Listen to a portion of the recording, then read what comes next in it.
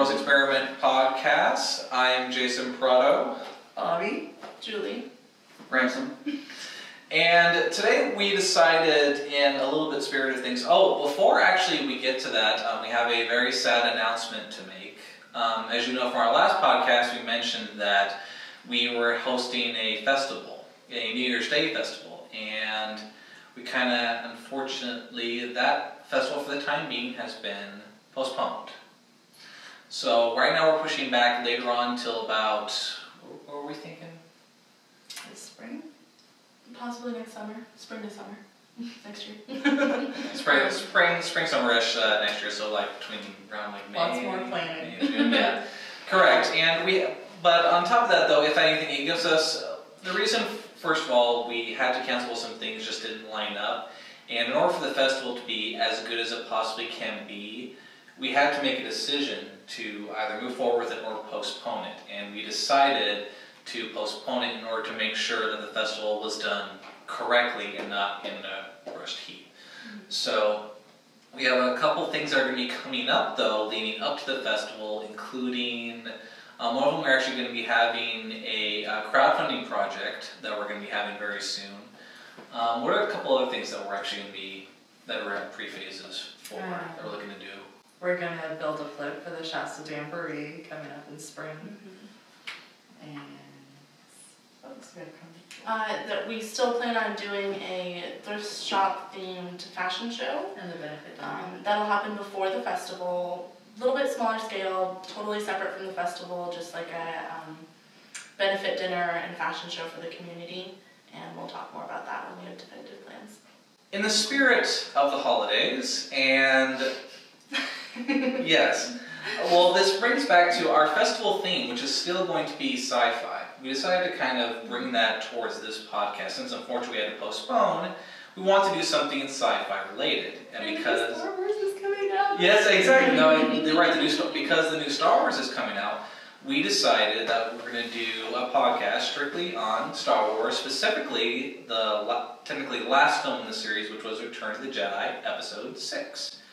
And we all have a few topics that we're going to touch upon, and we're just kind of going to go over, they cover things from like VFX, we're also going to do a little bit talking about the score, and the background history of the actors, George Lucas, and a couple other things like I think Character design, casting, stuff like that. Yeah. That's right. That's some cool stuff about Yeah, it was a fun movie for characters, for sure.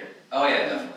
And we're going to be diving in a little bit into all of those, just kind of going down the line. We'll talk about each specific thing in different areas. And one of the things that I always find fascinating about the artistic process in general, at least for me, is I always like when you learn the stuff that goes on behind the vision of whatever it may be, you know, whether it could be a painting, film, music, just that creative process and what it actually takes to get to that point, because a lot of times I found with artists in general, their starting point never ends up being where they finish at. Like it usually takes a completely different turn and evolves over time. So we had the opportunity to learn a lot, quite a few things about Return of the Jedi, and we were hoping to share them with you, and maybe you'll learn something today. So the question is, who's going first? Well, Don't everybody volunteer at once. She did. not a dirty number. Let's go, okay. That's good. Oh. That means she wants to go. That means jump It's reverse nose goes, okay. It means Oh boy. Okay, well, I'm going to start by saying that I'm a newbie to Star Wars. This idea was pitched at our meeting to congregate about this podcast, and I never really had interest in Star Wars before. I've fallen asleep on multiple occasions. And I realized that I was watching it in the wrong order. I always tried starting with the very first episode, episode 1, and everyone that I've talked to about that since then has said that that was a very bad idea because it started off on the wrong foot. That's what I did too. It just left a bad taste in your mouth because it's, I don't know, like they're all great, obviously, but I think it was just a bad place for me to start. That's actually kind of interesting because I personally, I grew up with watching the first 3, 4, 5, and 6, And so when 1, 2, and 3 came out, it was great kind of seeing that backstory, but it was kind of a reverse for the way I watched. But the fact that you guys watched it in sequential order. I thought that's what you had to do. it was different. That's actually really interesting. The fact that you're supposed to watch it technically the right, the correct chronological way, and it wasn't at all what you thought it would be. So, fun tip there though. What I learned from just looking online, just trying to figure out which order I should watch. Obviously, I've seen Return of the Jedi now, and I loved it. But I saw an interesting theory called the machete technique or whatever, machete order. Some blogger on the internet came up with it, and apparently it caught traction that you start with episode 4, and then go to 5. So you've got the the light versus dark battling, and then you kind of have like a go to episodes 2 and 3, so you have like a back flash memory of how Darth Vader came to be, and then you went to 6, and then completely skipped 1. And I just felt silly for having watched the only one that was not recommended to watch, but I'm going to try that now. I guess I want some clarification. You read a blog or something about how series kind of do that in general, or it was just for Star Wars. He labeled it the machete something, machete sequence, I think. Yeah, and that was probably the first time any type of franchise series did something like that, right? Yeah, I don't think I never saw had it. Yeah. But I know it. No, and I know that originally when it was released, the original series, it wasn't labeled episode 4, it was just called Star Wars A New Hope. There was no enumeration to it for when. Exactly. I'm assuming, I don't know the whole backstory of this, but I'm assuming when the studios wanted more movies after the first one ended up doing very well, they wanted obviously more episodes. And so. But yeah, I'm very curious as to how George Lucas decided that he wanted it to be 4, 5, and 6, and not have that be 1, 2, and 3. Yeah, that is interesting. We should ask him. George, are you watching? Well, I'm sure viewers watching who are more versed in the series than us are like, they're stupid! Yeah, I know. Embarrassing. I can see the comments down below. But yeah, if you guys know, feel free to share that. I don't know how that decision came about, so feel free to tell us. Yeah, it might have been just for the sake of controversy. That's my thought. It's just because it has been so controversial. Yeah, it is weird going from new like that to old, though. I think that's what was hard for me. Maybe they never thought of going it actually lasting, because I don't think you can ever predict where it's going to last 20 years down the road. But 30, whatever it is. But you plan for, okay, we did 1 or episode 4. Let's try it for 2 more, and see where it goes. And then obviously a long time passed, and then they did 1, 2, and 3. So because the popularity hasn't diminished at all. No, it's gonna last forever.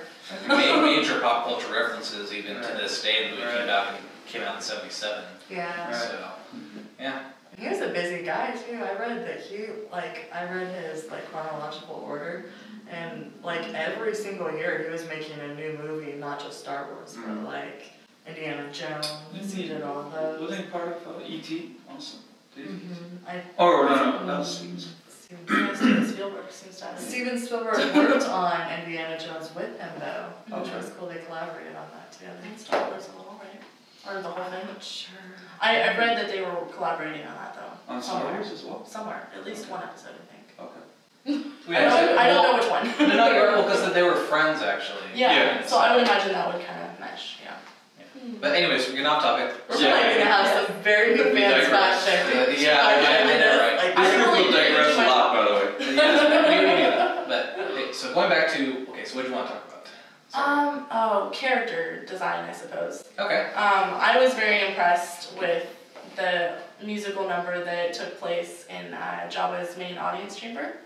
And I saw all these different characters, and obviously, having only really seen the first episode, I was a little confused because, it's like all of them were these fantastic, crazy looking things. Jabba the Hutt was my least favorite character ever, but the design or just his personality? It was creepy. Just his mouth kind of freaked me out with all the drool that was or slime or whatever was caked on there. It was really gross. That tongue sticking out. Yeah, but that hatred for his character, like, really, it piqued my interest more than other characters. So I did more research on it. And apparently he was originally supposed to be like a really big, little more hairier character. Not slimy and gross, but still intimidating.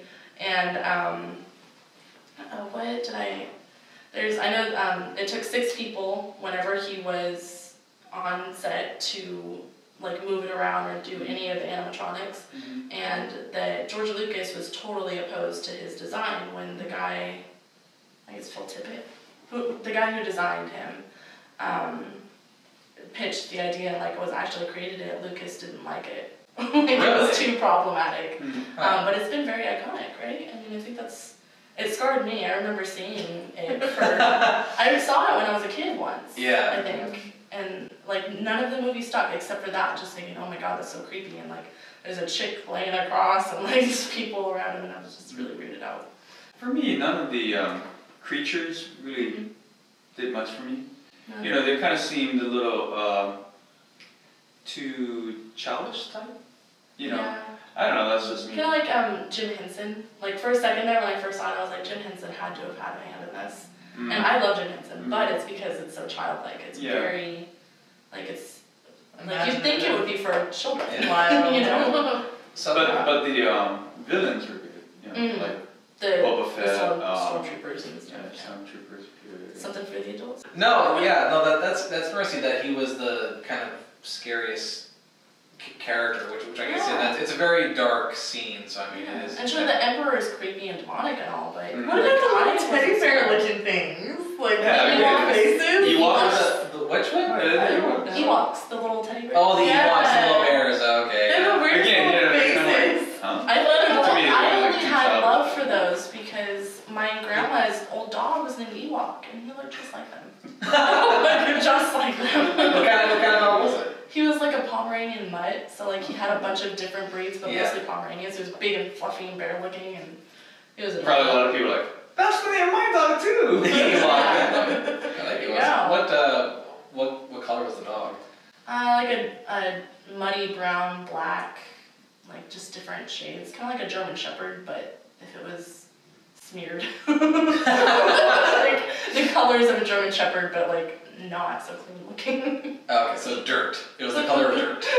Like a German Shepherd, you just like shake up his hair really good so there's no like nice line. Get some water on it. I've been pitching this to the directors, so the Ewoks, they're gonna be German Shepherds, but smudged. You see this Pomeranian mutt that I have? They're gonna look like this.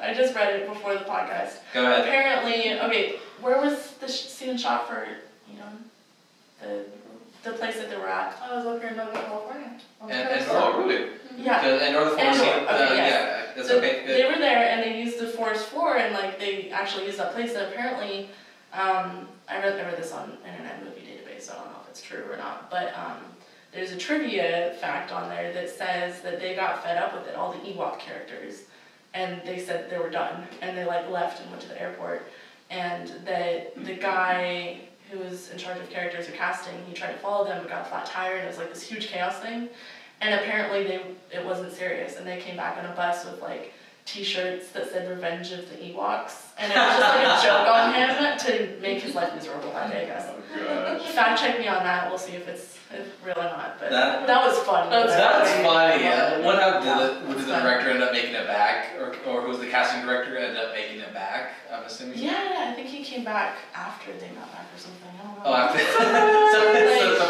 It wasn't like a paragraph long excerpt, so it wasn't like super in detail. He probably has to like, oh no, I gotta tell the director, so he's all like depressed. He gets his car towed back. We've lost our Ewoks. And then they're like, hey, come on. We've been having dinner without you. It took you so long. Sure. Okay, that's memorable. Yeah, I guess that's how you keep things light, you know, because I'm sure, kind of like we were talking about George Lucas having, you know, a lot of blood, sweat, and tears, over the whole thing. You know, because, you know, it's a stressful situation, you know, that whole creative process. Because you gotta have that comic relief, and that's probably one of those things like, Yeah, there was let's some go fun mess with his moments in the mind, you know, movie, let's too. go to the airport. Oh, yeah. Yeah. Did you guys know that he was wanting to be a race car driver when he was younger? No, I didn't. He didn't like have any plans on making movies, and he went through 2 years of college, and then decided that he wanted to make movies, and then went to a cinema school down south. Yeah. And then he started interning with Warner Brothers, and then he made the first Star Wars, I think, or maybe he might have made a couple of ones before that. But I think he made American Graffiti. I think was his first major film, but he had one previous film before that, which was a short.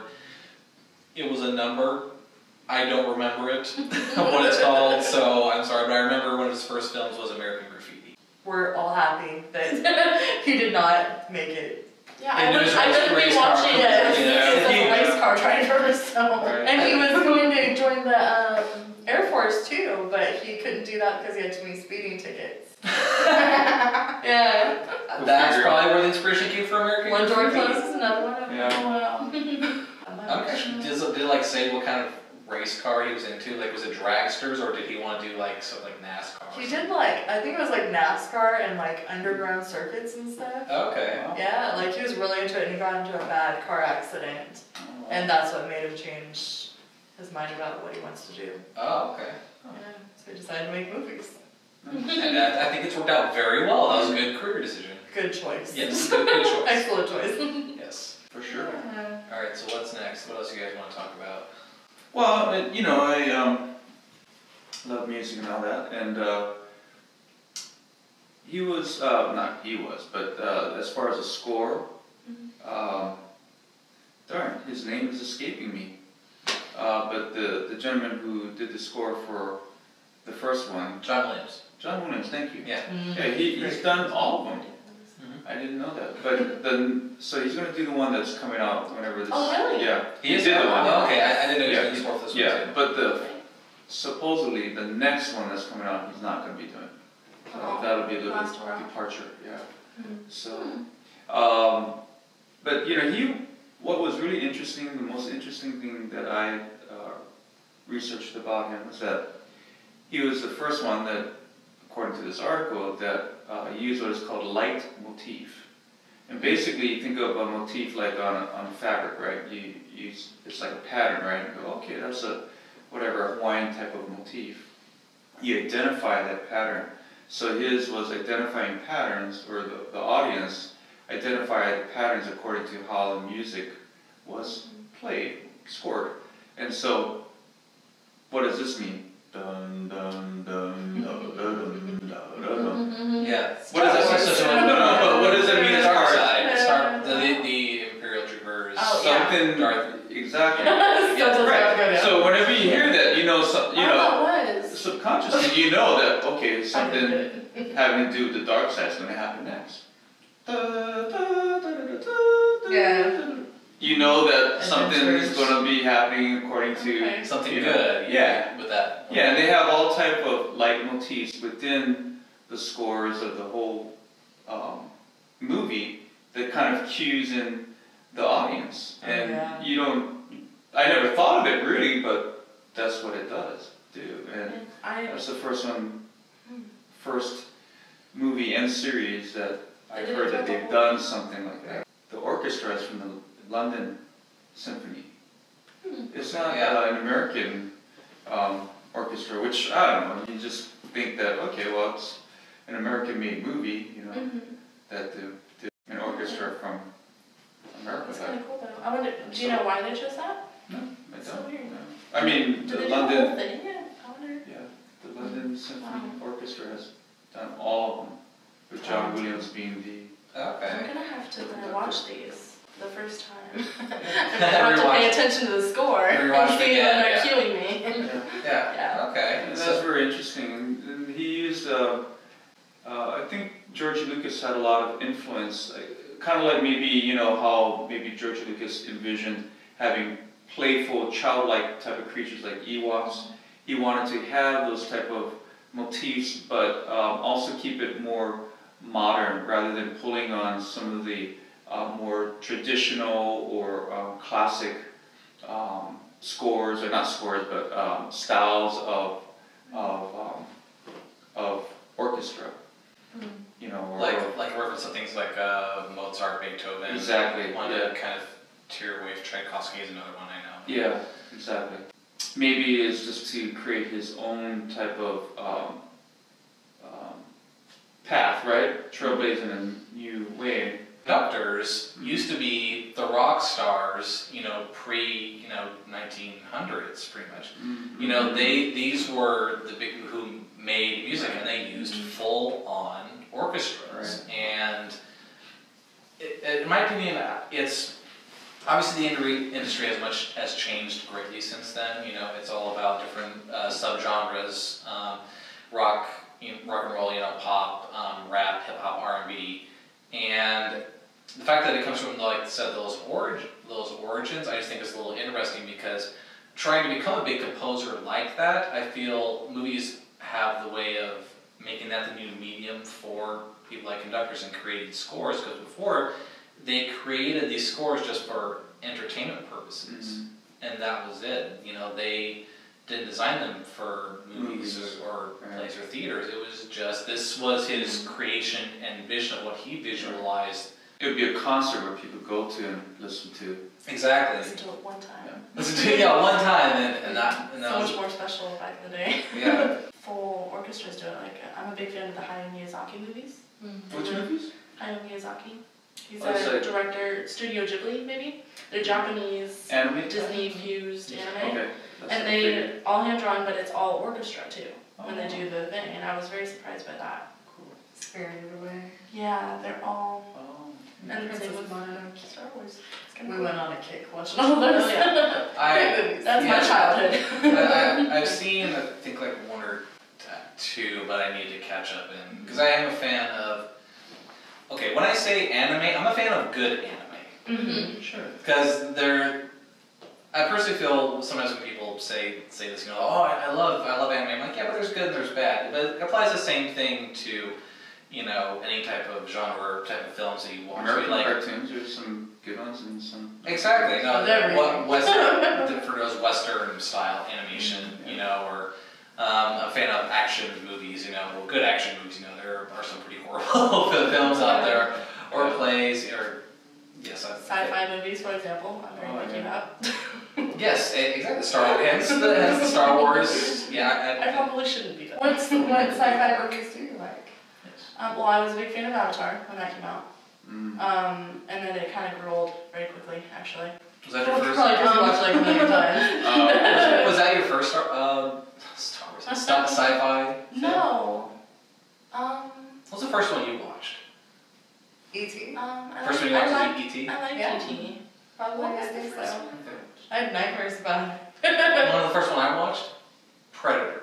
Oh. Predator. That was the first one. I Sci-fi movie. feel like Yeah, I know, right? one. Yeah, that's the first one. Because I was 2 years old. Predator just came out after Star Wars.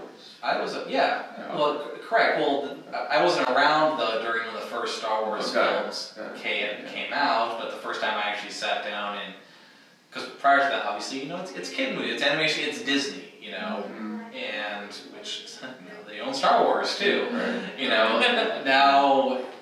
that was the first like major film I watched with Arnold, and that was pretty intense for someone. I can't remember how old I was when that movie came out. I was young.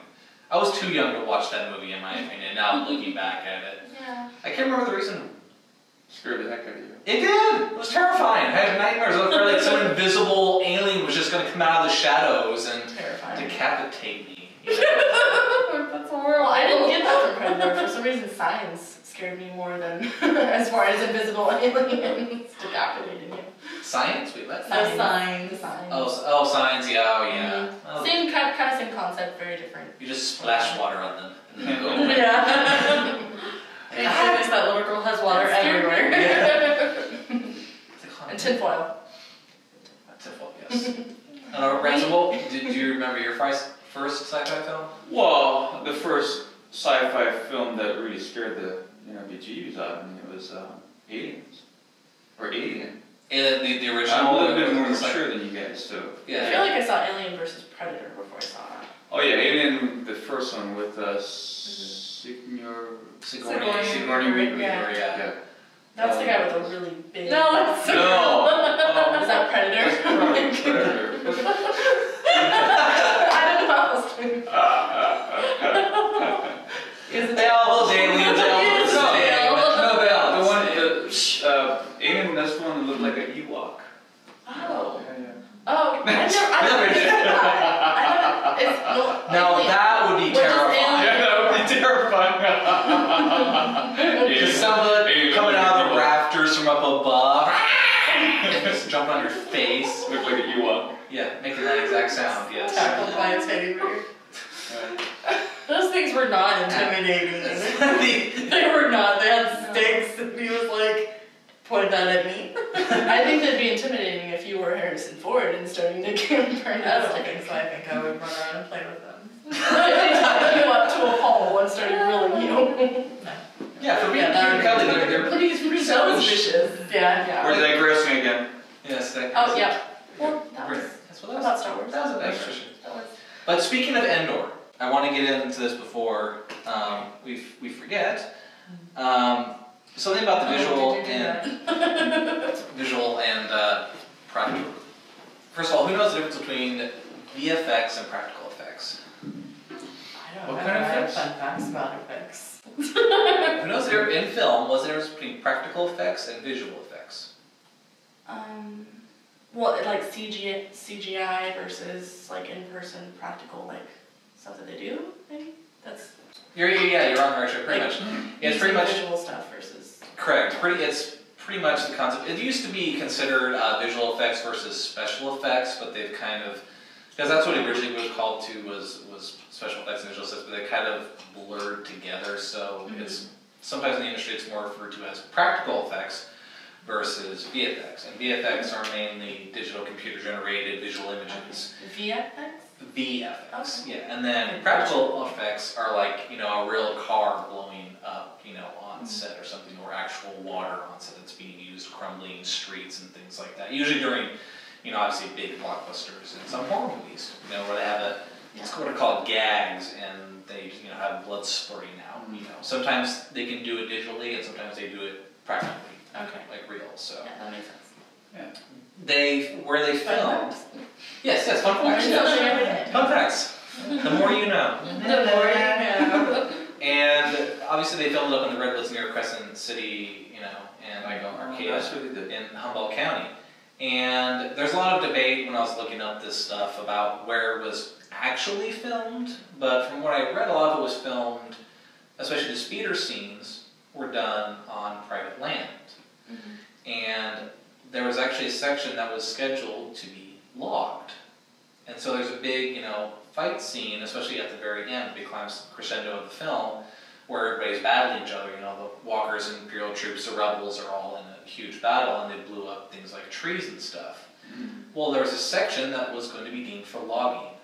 So that was how they were able to get away with actually shooting up these trees in a national forest, is because A, it was on private land, and 2, they were scheduled for logging anyways. Wow. So they kind of just went to town and stuff. I tried to find things about like how many trees they blew up and stuff, but you can just watch by the film, you can tell me. How bad was your effect on the environment exactly? That's a fun fact. Correct. Yeah, and I learned like a bunch of other things too. First of all, I used to do theater projection, and so I worked on film. I actually did have the opportunity to work with film before everything got transferred over to digital, which was just actually recently in the past few years. And who can tell me? I was not ready for it. Pop quiz. He's ready. No, I look ready, but I'm not. Yeah. You're nervous inside. He's sweating inside, heart's palpitating. Who here knows what film was actually made out of? What? What was for projectors, what was the film made out of? What was its material? Oh. Horsehair. Not even close, but okay. The tears of the people. 60 You're so random. You got the number correct. Give me a hint, the same as record players. Or record. parts. Plastic vinyl? Vinyl. Okay. The film was made out of vinyl, and the reason for that was because it could take a lot of heat and was very resilient. It was actually really hard to rip actual film. Like you couldn't actually rip, like it took a lot of force to just break film in half. Oh. Yeah. So and also to burn it, they didn't burn that easily. And the reason for that is because the bulbs in theater projectors are extremely hot.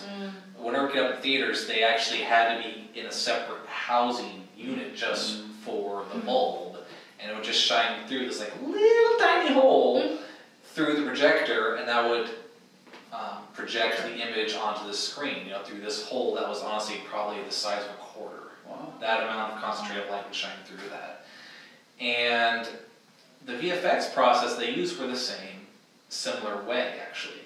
There were a couple scenes that I did some research on where they actually, first of all, a lot of the models that you actually see, they were actually real models that they built. All the ships, all the sets, the big battle scene at the end of Return of the Jedi where the newly being made Death Star is and they're flying around, that was actually all made with miniatures.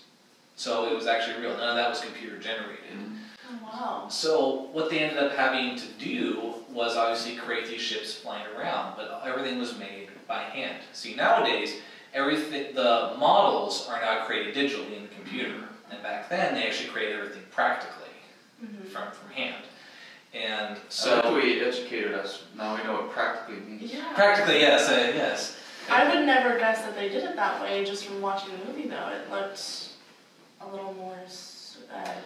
I think there were some, and have you seen them recently? Because they added some new visual. Correct. I'm talking about the original. No, I may have watched. I was just confirming because it looks like they added in some computer generated stuff. Well, they did correct it in the redone version, but in the original film, they didn't do that. And what they had to actually do was, first of all, the main background that they had was a painting.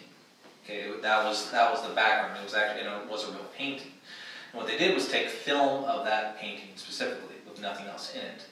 Then they would go completely black and film the miniature, whatever it was, whether it was a A-wing, an X-wing, or the Death Star scenes themselves. And the way they did it was they pretty much made an outline of the actual ship on the film, and that's how they put it on. Superimposed it, thank you, for that word onto the film itself. So the first time they ran it through, they did just the background. Second time they ran it through, then you actually have the ship.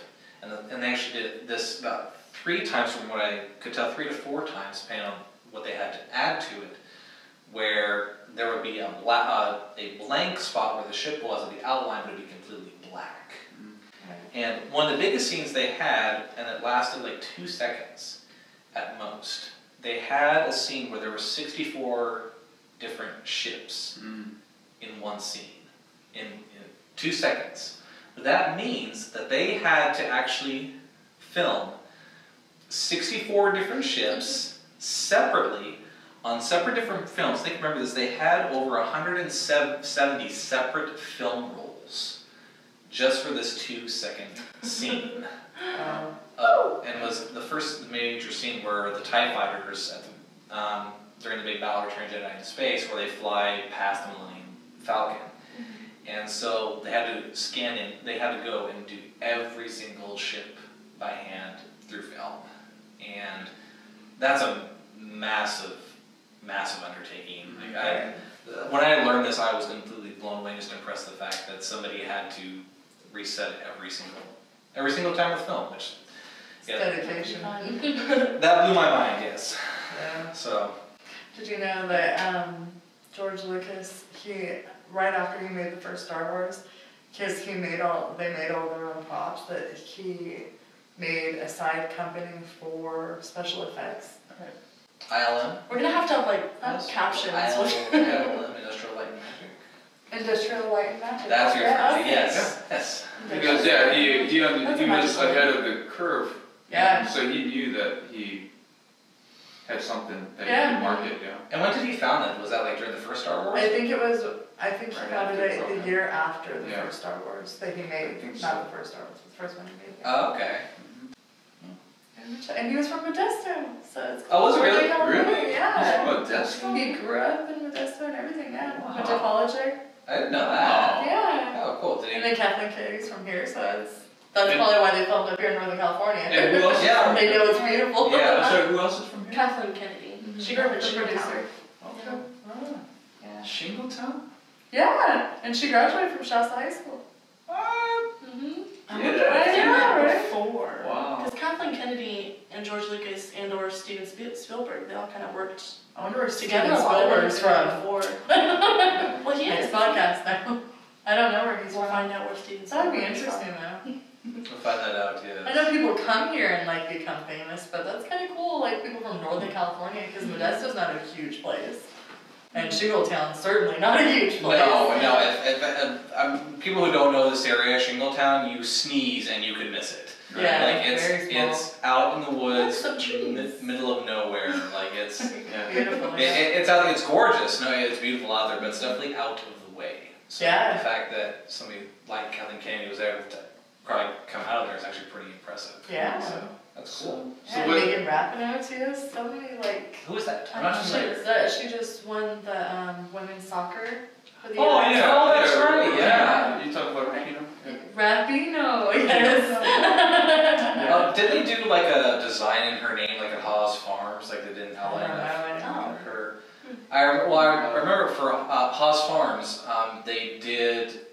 they every year they have a corn maze that they do for a Halloween, and this year they made in the design of who you're talking about, and like I think it was her face or something like that. Oh. They actually did, like the path like looks like her face. So yeah.